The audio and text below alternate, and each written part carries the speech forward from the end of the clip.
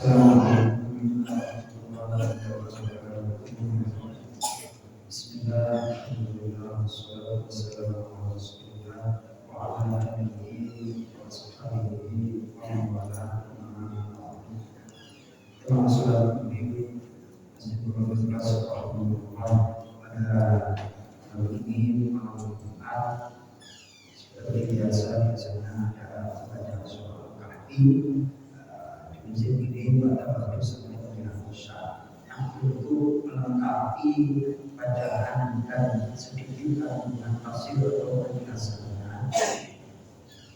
Mari kita sampaikan bahwa apakah kejadian Ashabul Kahfi itu membuat engkau takjub, karena itu merupakan ayat atau tanda dari kebesaran Allah. Ayat di dalam Al-Quran itu definisi dari ayat itu adalah syai'un ajibun fi dzati, sesuatu yang menakjubkan pada zatnya. Semua ciptaan Allah itu menakjubkan, mulai penciptaan langit, bumi, dan sebagainya, termasuk fenomena-fenomena kejadian-kejadian. Di antaranya adalah tentang kisah Ashabul Kahfi yang hidup selama 390 tahun.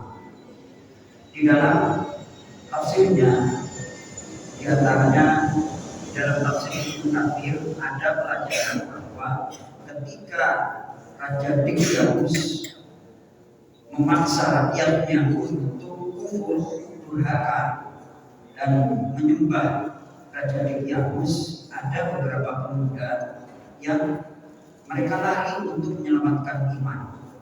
Nah, kemudian diuraikan bahwa larinya itu nggak bareng-bareng. Ada satu pemuda yang lari duduk di bawah naungan pohon. Kemudian datang lagi seorang pemuda.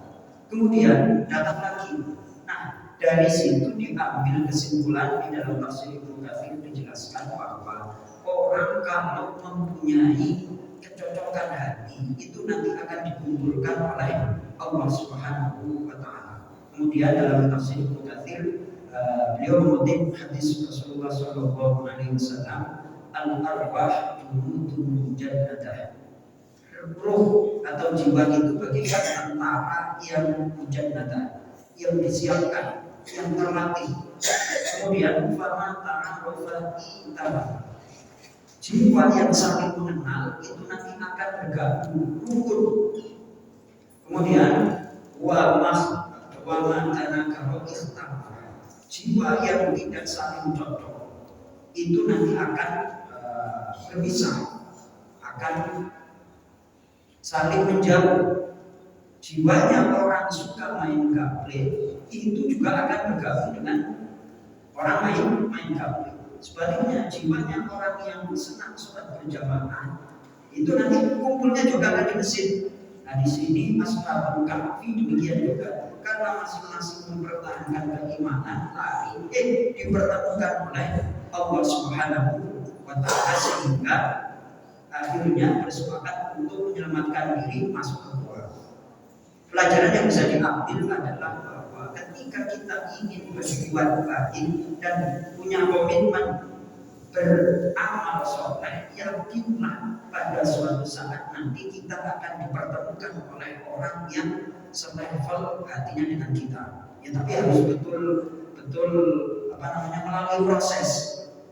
Ada cerita, ini cerita nyata, orang komplek, orangnya baik dan segala macam. Ini cerita sama saya dan saya nilai orangnya juga sering ke masjid sini, orangnya baik. Itu punya sopir ngambekan. Sudahlah orangnya baik, terus kalau anaknya sekolah itu dibiayai dan segala macam. Satu ketika cuma kenapa kalau nggak masuk itu nggak izin. Terus akhirnya apa? Cuma ditanya kenapa kemarin kok nggak masuk kayak gini. Namanya beliau itu orang sibuk, harusnya yang namanya driver itu standby, ngambek. Cuma ditanya kayak gitu ngambek dalam hati, ini orang nggak tahu terima kasih, nggak ngerti orang yang top. Ternyata beliau ini yang orang yang saya ceritakan dia, tentunya nggak mungkin saya sebutkan namanya. Akhirnya apa? Ketemu sopirnya juga ahli ibadah. Terus saya cek, kenapa Anda bisa jadi sopirnya beliau? begini, Ustaz saya itu dulu pernah berkunjung kepada ulama, terus dikasih amalan doanya kayak gini. Gimana menurut Ustaz? Wah ya itu benar-benar. Jadi selama bertahun-tahun Anda baca, pada dirinya sekarang Anda dapat juragan atau majikan atau bos yang baik, sementara bosnya juga nyari supir juga bertahun-tahun. Diperlukan itu nanti. Al-arwah junudun jannatan. Kalau dalam bahasa surah At-Takwir itu wa idzan nufusu suwijat, dan apabila jiwa-jiwa itu dipertemukan, itu kalau dalam tafsir standar itu ruh dikumpulkan dengan jasad besok pada yaumul kiamat. Namun makna Al-Quran tidak terbatas sampai di situ tafsirnya. Di dalam tafsir The Novel Quran, untuk kayaknya agak Inggris sedikit. Saya punya tafsir bahasa Inggris. Terus tafsirnya footnote-nya Thomas Lotor, "Idzan nufusu suwijat," dan apabila jiwa-jiwa itu digabungkan, ternyata footnote-nya itu lebih tajam daripada footnote di catatan kaki tafsir Departemen Agama. Bad with bad, good with good. Orang baik akan ketemu dengan orang baik, orang jelek juga akan ketemu dengan orang jelek. Maka dari itu kita ketika ingin berbuat baik gak usah lihat kanan kiri, gak usah lihat cuaca, yang penting berbuat baik aja deh. Nanti akan ketemu dengan kebaikan dan dipertemukan oleh orang baik oleh Allah Subhanahu wa Ta'ala. Mudah-mudahan bermanfaat. Assalamualaikum warahmatullahi wabarakatuh.